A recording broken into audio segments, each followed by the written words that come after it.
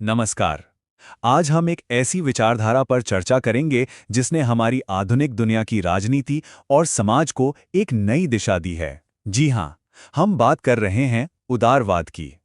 इसके सही अर्थ और इसकी प्रमुख विशेषताओं को समझने की कोशिश करेंगे। अच्छा, इससे पहले कि हम उदारवाद की गहराई में जाएं, आइए एक मौलिक प्रश्न पर विचार करते हैं। सोचिए, एक ऐसा समाज कैसा दिखेगा जिसकी नींव ही स्वतंत्रता और समानता पर रखी गई हो। उदारवाद असल में इसी बड़े सवाल का जवाब देने का एक बहुत बड़ा प्रयास है। तो फिर ये उदारवाद है क्या?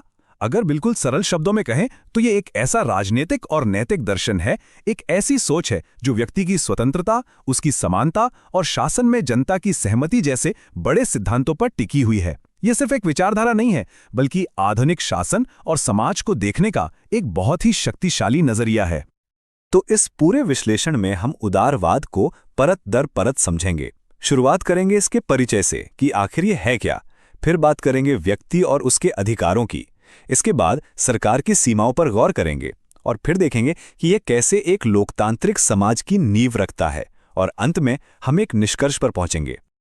तो चलिए अब शुरू करते हैं और सबसे पहले ये समझते हैं कि उदारवाद का मूल अर्थ क्या है।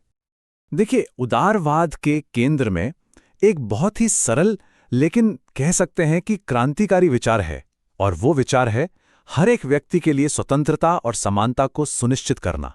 बस यही इसका सबसे बड़ा लक्ष्य है और इसकी हर एक विशेषता इसी एक विचार से निकल कर आती है। तो अब हम उदारवाद के पहले और सबसे महत्वपूर्ण स्तंभ पर आते हैं, यानी व्यक्ति और उसके वो अधिकार जिन्हें कोई भी छीन नहीं सकता। उदारवाद की पूरी इमारत जिस नींव पर खड़ी है वो है व्यक्तिगत स्वतंत्रता। ये विचारधारा मानती है कि हर व्यक्ति अपने आप में खास है, महत्वपूर्ण है और उसे अपने जीवन के फैसले खुद लेने का पूरा अधिकार होना चाहिए। यही इसका सबसे बुनियादी सिद्धांत है। और ये स्वतंत्रता सिर्फ एक खोखला शब्द नहीं है, इसमें कुछ बहुत ही ठोस अधिकार शामिल हैं, जैसे सोचने और अपनी बात रखने की आज़ादी, अपनी रोजी रोटी यानी आजीविका चुनने का अधिकार और अपने विश्वास या धर्म को मानने की पूरी स्वतंत्रता। लेकिन सोचिए, स्वतंत्रता अकेले अधूरी है, इसलिए उदारवाद का दूसरा स्तंभ है समानता। इसका मानना है कि अगर स्वतंत्रता बस कुछ ही लोगों तक सीमित रह जाए तो वो सच्ची स्वतंत्रता कहलाई नहीं सकती। इसीलिए हर नागरिक बराबर है। समानता का मतलब क्या है? इसका मतलब है कि कानून की नज़र में सब एक बराबर हैं। सभी को आगे बढ़ने के लिए एक जैसे अवसर मिलने चाहिए और किसी भी व्यक्ति के साथ उसकी जाति, लिंग या वर्ग के आधार पर कोई भी भेदभाव नहीं किया जा सकता। यही तो एक न्यायपूर्ण समाज की पहचान है।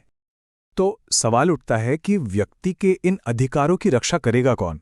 यहीं पर सरकार की भूमिका आती है। लेकिन उदारवाद सिर्फ अधिकारों की बात नहीं करता, बल्कि ये सरकार की शक्ति पर भी कुछ बहुत महत्वपूर्ण सीमाएं लगाता है।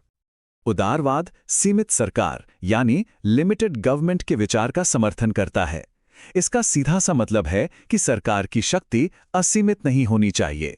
सरकार का मुख्य काम नागरिकों के अधिकारों की रक्षा करना है, ना कि उनके जीवन के हर पहलू पर अपना नियंत्रण रखना। और यहीं से ये शक्तिशाली विचार जन्म लेता है कि कानून का शासन सर्वोच्च है। कोई भी व्यक्ति, चाहे वो शासक हो या आम नागरिक, कानून से ऊपर नहीं हो सकता।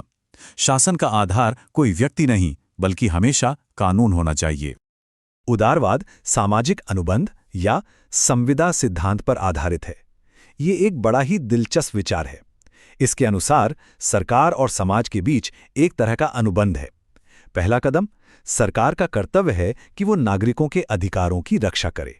दूसरा कदम, यदि सरकार ये अनुबंध तोड़ती है, मतलब अपनी जिम्मेदारी नहीं निभाती, तो तीसरा कदम, नागरिकों को उसके खिलाफ विद्रोह करने का भी अधिकार है। अच्छा, अब तक हमने व्यक्ति और सरकार की बात कर ली। अब ये देखते हैं कि उदारवाद किस तरह के समाज और राजनीतिक व्यवस्था का निर्माण करना चाहता है।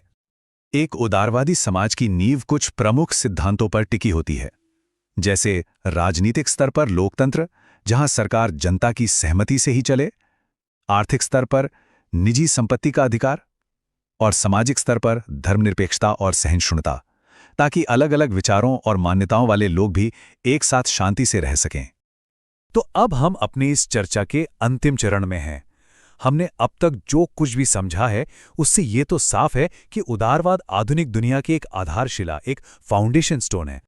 तो अगर संक्षेप में कहें तो उदारवाद का सार क्या है? ये व्यक्ति की स्वतंत्रता और समानता को सबसे ऊपर रखता है, एक सीमित और जवाबदेह सरकार की वकालत करता है और कानून के शासन पर आधारित लोकतंत्र और संवैधानिक व्यवस्था का समर्थन करता है। यही वे सिद्धांत हैं जिन्होंने दुनिया भर के कई आधुनिक देशों के शासन को आकार दिया है। और अंत में एक विचार करने वाला प्रश्न ये उठता है कि ये सिद्धांत स्वतंत्रता, समानता, लोकतंत्र और कानून का शासन आज हमारे समाज और हमारे जीवन को असल में किस तरह से प्रभावित करते हैं? ये एक ऐसा सवाल है जिस पर हम सभी को सोचना चाहिए।